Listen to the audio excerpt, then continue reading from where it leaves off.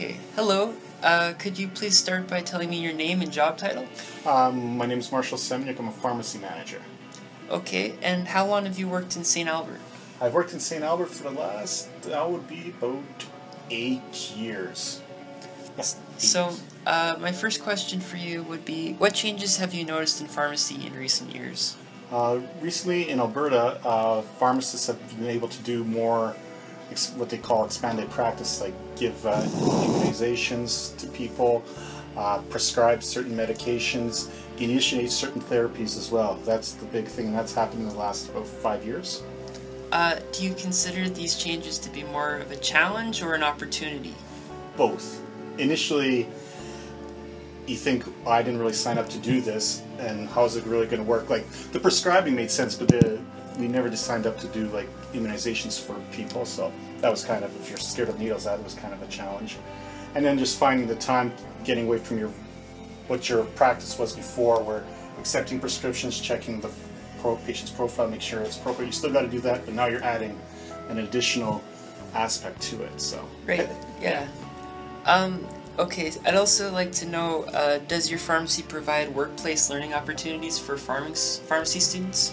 Yes, we do take pharmacy students from the U of A, like as part of their internship. We take in first-year students and also fourth-year students. And just personally, why did you choose to become a pharmacist? Well, initially I was always good in chemistry in high school, and I originally thought I was going to be a chemical engineer. Did a year of that, didn't really like it. Did some other things in the meantime. Went to NAIT, did a chemical technology diploma. Was good at that, and then I was working in a company that was making experimental drugs kind of for like FDA like trials, and that kind of got my interest in pharmacy, and then I went back to school and completed my degree. Okay, cool. What would you say you do in a typical day at work? It varies, because when you're dealing in like a retail setting, every day is different. You open it up, like every day is the same, but then you don't know who you're going to encounter in a day and what kind of issues or what kind of help or questions are going to arise of that. But okay.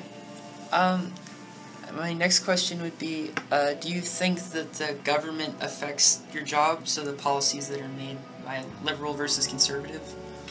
I don't know if it's liberal versus conservative. Right now, healthcare funding is looked at because it's quite an expensive proposition for the governments to pay for, so they're looking at ways to improve services, also cost savings. So they are making changes, and that's why pharmacies or pharmacists are allowed to do the immunizations, because we're more available, take some stress off the frontline doctors and things like that. And even for the prescribing, if we can all work together, there should be some cost savings and more efficiencies in there.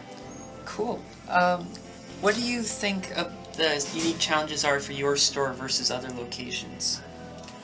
Well, for us, because we are in a retail setting, and we are a business, I know we're healthcare providers, but we're also a business, so we have to be affordable, so it's getting enough people coming in, asking us for information, that sort of thing. Okay. What do you find most fulfilling about your job? That's the people.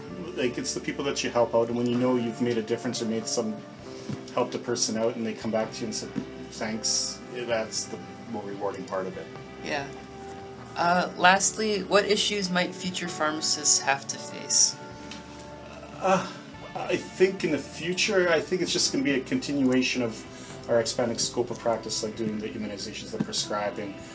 There's now talk of a national program called PharmaCare, so you want to keep everything across Canada the same, so all the services, all the medications, as kind of one standard thing. I think when we go forward with that, how we're going to do the fee structure, what's the training, because every province has different training for their pharmacists. Alberta's in a unique situation. We're kind of ahead of the game, like with what we can do. A lot of pharmacists look at us and say they wish they could do all these things, and slowly certain provinces are catching up, but it's going to get that national Canadian plan, pan-Canadian plan, is going to take some time. Okay, thank you. You bet.